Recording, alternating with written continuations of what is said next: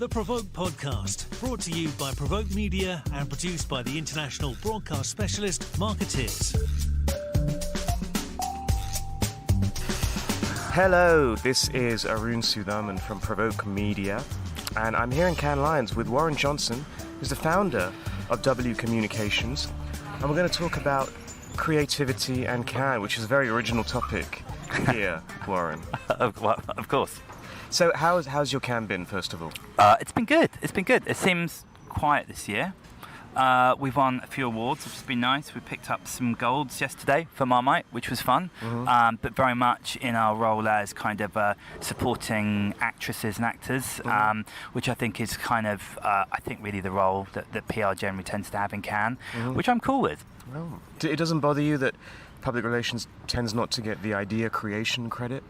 I think people have got a bit obsessed with the idea creation credit. I think most campaigns are kind of ultimately ensemble casts anyway. And, you know, it's an advertising festival. So, you know, if it was a PR festival, I might be a bit shoutier. But, you know, I think given the fact that all work now here seems to be measured with earned media as outcomes, I think we have an important role to play in delivery. And I think I think there's a bit too much put, it's certainly in the reporting, on focus on pure idea creation, because an idea is, you know, it's just words on a page. It's about the delivery, and it's about the team you work with to execute it and then really connect it with culture. And so if we can play a role in helping shape and deliver an idea, then I'm super happy with that. Do you think delivery and execution has become even more important given how kind of cluttered the media ecosystem is these days?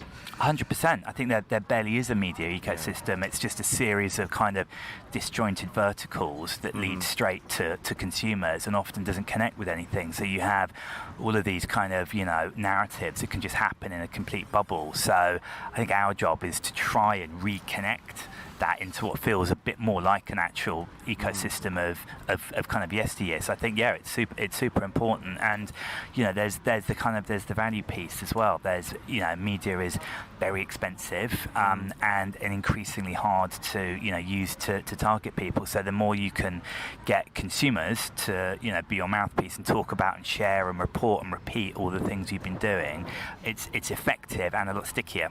And you know, you have many creatives presumably working at W. Are they happy with that kind of supporting role, or do you think, you know, sometimes when we talk to creatives, they're so obsessed with being the lead performer? Do you find that at all?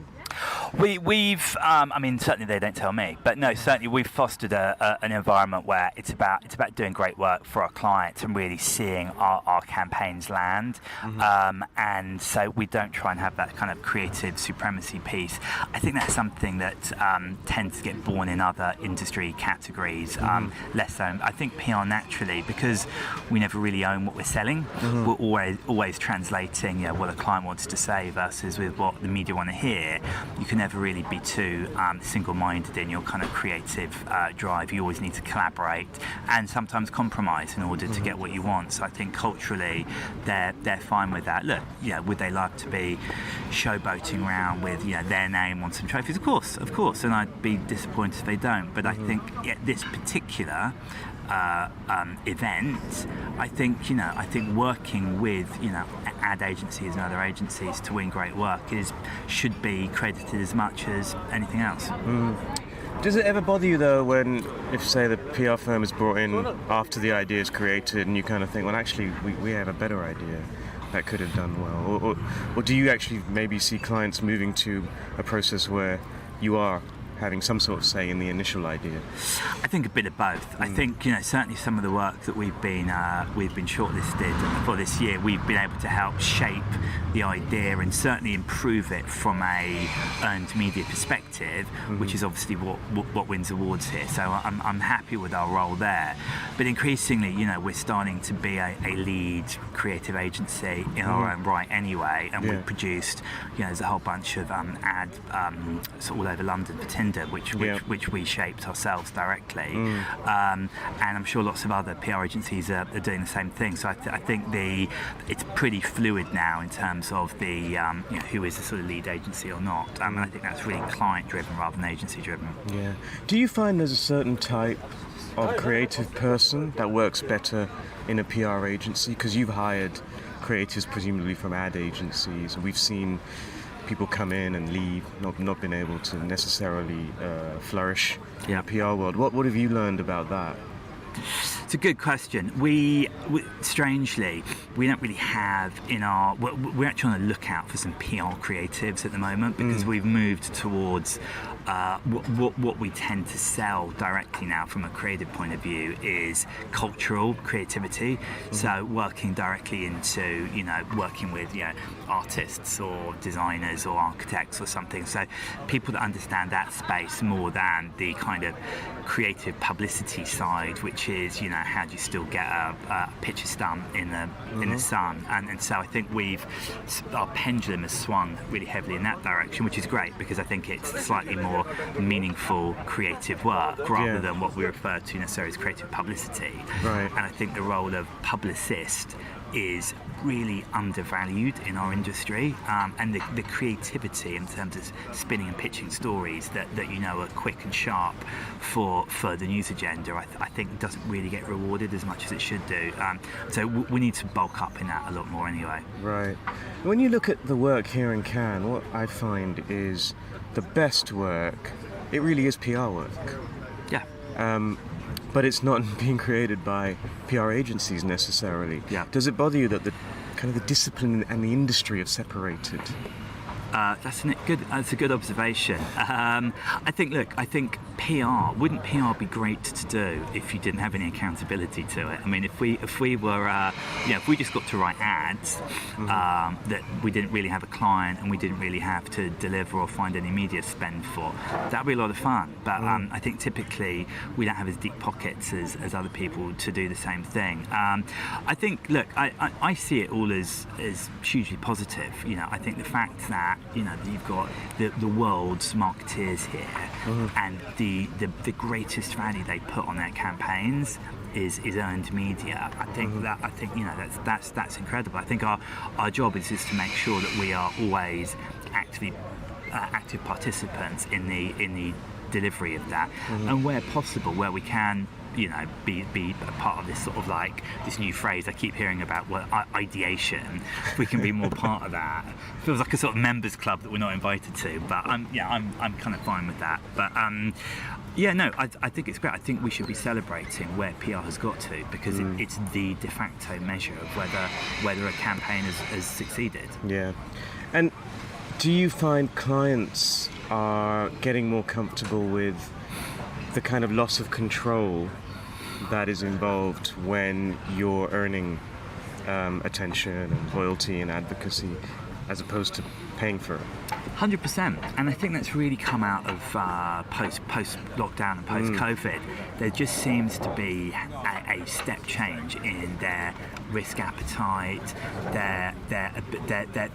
They seemingly like to work with trusted partners, and we've had, I think I speak for a lot of people in the industry, we've just had a lot more opportunity from clients to do a lot more, a breadth of services, breadth of work. I think trust is really important between client and agency, and once you've earned that trust, I think there's a really big risk appetite to do lots more stuff, lots more collaborations.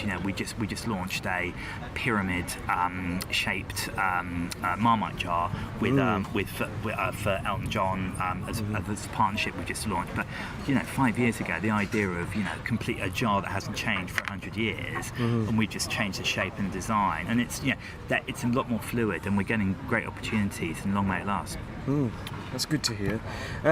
What other trends have you seen emerge kind of from the pandemic, from a creative perspective, but both positive and negative, perhaps, that are impacting your business?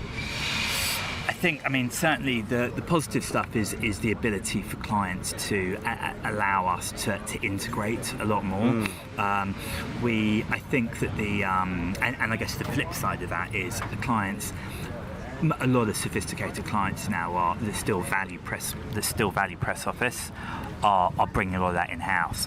So there's a definite kind of agency model now where a lot of quite sharp clients that have a lot of requirement for high volume media engagement are creating kind of agency models in-house. But what that does is that frees up the opportunity for creative experts like us to take on more high impact campaign work, which I think is frankly better suited to being outsourced. So in-housing doesn't bother you too much? Not so far. I think when you're running high frequency press offices, I think it's unless you set up a dedicated team that works on nothing else. But I think certainly the model that a lot of the PR agencies that can, I think it's quite hard to sell this vision of a creative agency, but then say, then do the press but then office. you just have to work on this one client. I think that's hard to do, and clients, I think the requirement to know more and more about the client's business is being really recognised now. And I think it's hard to have that level of commitment to a client to work full time unless you're in house. So I think I'm fine with that. Also the reality is as editorial media gets diminished, who knows what a press office will look like or whether they'll be needed in 5 or 10 years. Does that have implications for the kind of retainer versus project scope of work? Because press offices typically is retained accounts. Yeah. If you're focusing more on campaigns, that's projects. Does that have any particular implications for how you run a business, I guess? Yeah, I think so. I mean, although press office is famously low margin business anyway, so I think we have had a move towards higher margin, more creative campaign work.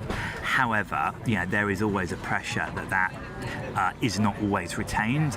I think the new normal feels like a sort of low to mid-level base retainer for kind of creative and strategic development, and then spikes that pop up when you're delivering. So it's manageable at the moment, but you can imagine that is something that in any kind of, if there are any sort of economic headwinds, which looks like we're running into, that might be challenging. But time will tell. I think the reality is that the value that we as an industry still offer is still strong, and I think we've embedded ourselves more as not just sort of as creative and strategic business partners now. So I think when the next recession hits, we'll be in a materially better position, and I'd rather be looking to defend value add campaigns than relatively commoditized offers like press offices. Okay, you've always had I've found an interesting view on the market as a whole. How are you seeing this year? It seems like quite a topsy-turvy set of conditions out there.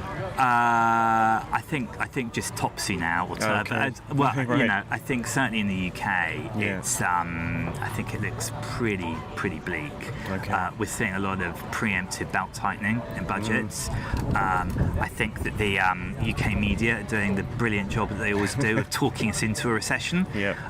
So regardless of whether we officially avoided recession based on some economic data the government put out, I think it's fairly safe to assume that we are in or around recession now anyway, and this is before mortgage rates have kicked in. The flip side of that is when you look elsewhere. I mean, I'm off to Singapore next week to spend time in our office. We've had 3 back-to-back record months in a row, and they're like absolutely flying. So I think it's just the UK being the kind of the sick man of Europe now. So what are W's plans more broadly? Obviously you have your New York office. You're very strong in the UK. You've got Singapore. What's next? We're looking to expand our sort of tourism business in the GCC, so particularly via Lotus. So we're looking at things like Jeddah and Dubai. There's a lot of really interesting tourist briefs coming out of there, and we'll probably expand our footprint in Southeast Asia as well as the US, both of which are flying. I think I have a sort of quite a bleak outlook in sort of UK PLC, so I'm at a macro level looking to slightly divest my exposure to the UK, because I think it's just going to be really sluggish. I noted with great interest actually your 250 award billings tables, and what was slightly depressing is that including myself and some of the other leading UK agencies had all posted really strong growth and yet slipped down your table. That's right. Well, that's partly due to the currency conversion as well, because we rank in US dollars, I think. Yeah. But just all of it just all looked like a sort of relative decline from a kind of UK-centric business. So I think in the medium term, I need to like reduce my exposure there. The UK seems like quite a price-sensitive market, from what I can tell. In terms of clients buying PR. Yes. Would you say that or not?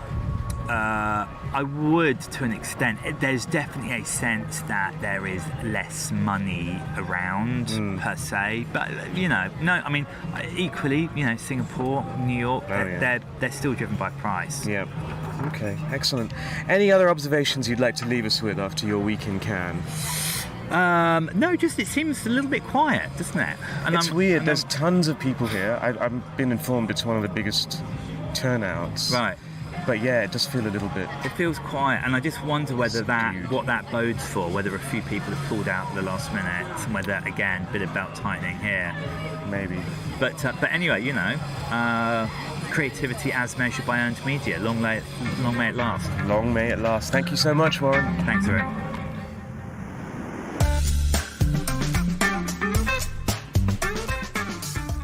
You've been listening to the Provoke podcast, brought to you by Provoke Media and produced by the international broadcast specialist Marketeers.